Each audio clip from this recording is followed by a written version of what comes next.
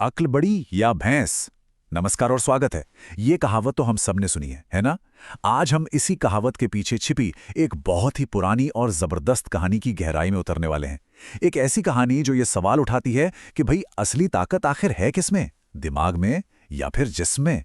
तो चलिए शुरू करते हैं ये मजेदार सफर। तो सवाल सीधा सा है, क्या वाकई दिमाग ताकत से ज्यादा शक्तिशाली है? मतलब क्या एक तेज दिमाग हमेशा एक भारी भरकम शरीर पर भारी पड़ सकता है? सोचिए जरा, ये सिर्फ एक कहानी का सवाल नहीं है। ये तो वो पहेली है जिसे सदियों से लोग सुलझाने में लगे हैं।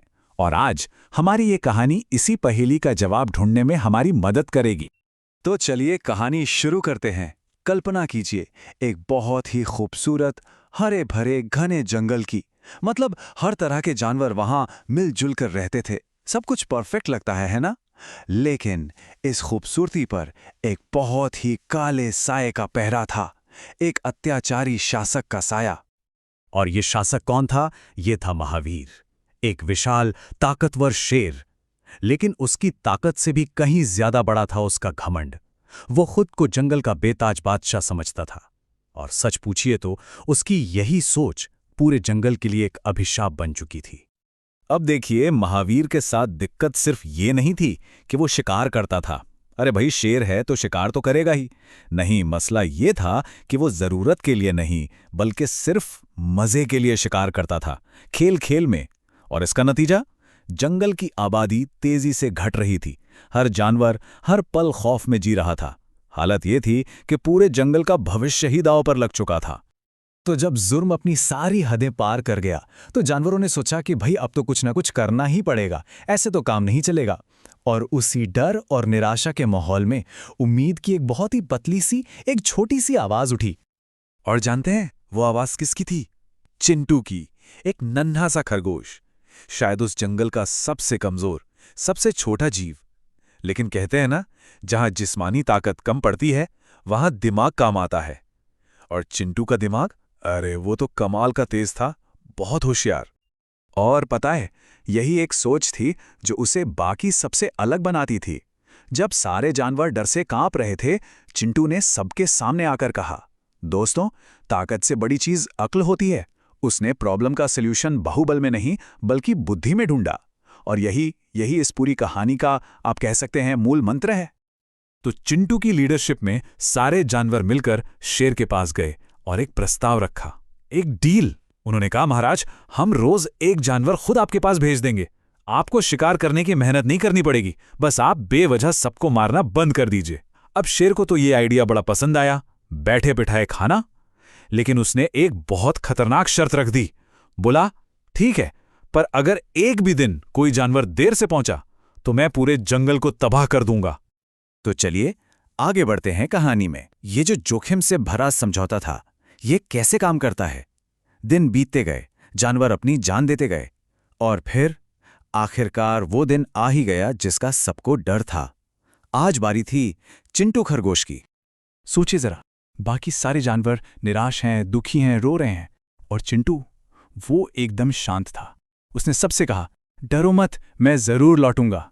और ये शब्द सिर्फ तसल्ली देने के लिए नहीं थे, नहीं, ये उसके आत्मविश्वास का सबूत थे। क्योंकि वो जानता था कि उसके पास एक प्लान है।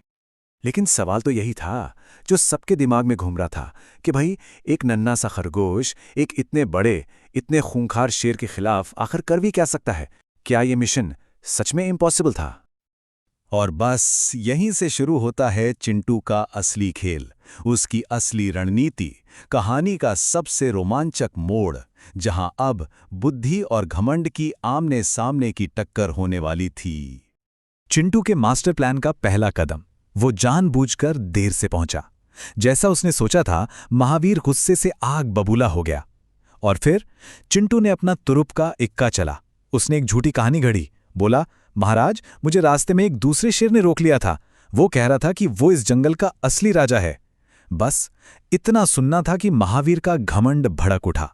उसने दहाड़कर कहा, कहाँ है वो? मुझे ले चलो उसके पास। चिंटू ने बड़ी मासूमियत से जवाब दिया, महाराज, वो पास के पुराने कुएं में रहता है। और बस गुस्से और घमंड में अंधा हो चुका महावीर बिना एक पल सोचे चिंटू के पीछे पीछे चल पड़ा। उसे पता भी नहीं था कि वो अपनी ही मौत की तरफ बढ़ रहा है। और फिर आता है कहानी का वो पल, वो क्लाइमैक्स। चिंटू के कहने पर महावीर ने कुएं के अंदर झांका और उसे क्या दिखा? शांत पानी में एक और शेर, जो उसे ही घूर रहा था। अब यहीं पर महावीर का घमंड उसकी सबसे बड़ी कमजोरी बन गया। उसने एक पल के लिए भी नहीं सोचा कि ये तो उसकी अपनी परछाई हो सकती है।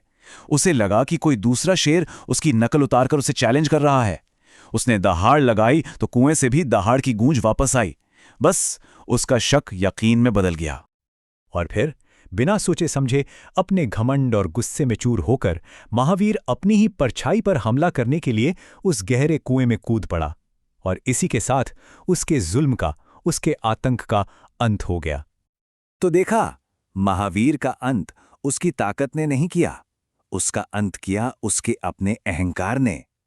ये कहानी एक परफेक्ट उदाहरण है इस बात का कि कैसे घमंड ही इंसान के या जानवर के पतन का कारण बनता है।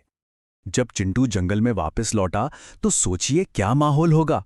हर तरफ जश्न ही जश्न। और तब हाथी ने जो बात कही वो पूरी कहानी का सार है।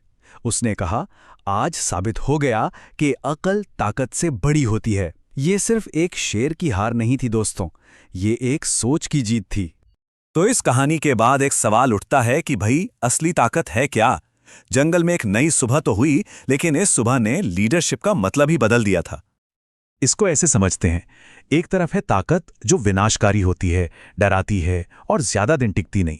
दूसरी तरफ है अक्ल जो कुछ नया बनाती है, इज्जत दिलाती है और हमेशा कायम रहती है। महावीर की ताकत ने खौफ पैदा किया तो चिंटू की अक्ल ने सबका सम्मान जीता। और कहानी का सबसे खूबसूरत हिस्सा तो अब आता है। चिंटू, जो अब हीरो बन चुका था, चाहता तो राजा बन सकता था, लेकिन नहीं, उसने सत्ता को ठुकरा दिया। उसने राजा बनने से इनकार कर दिया और कहा कि वो सबका रक्षक बनकर रहेगा। यही तो सच्ची बुद्धिमानी की पहचान है। वो विनम्र होती है, सत्ता की भूखी नहीं। तो हम इस बातचीत को इसी सवाल पर छोड़ते हैं, जंगल का असली नेता कौन होता है? वो जिसके पास सबसे ज्यादा ताकत हो, या फिर वो जो अपनी अक्ल का इस्तेमाल सबकी भलाई के लिए करे? मेरे ख्याल से ये कहानी हमें इसका जवाब तो देती है। और ये एक ऐसा सबक है जो सिर्फ जंगल के लिए नहीं, बल्कि हम सब के लिए आज भी उतना ही जरूरी है।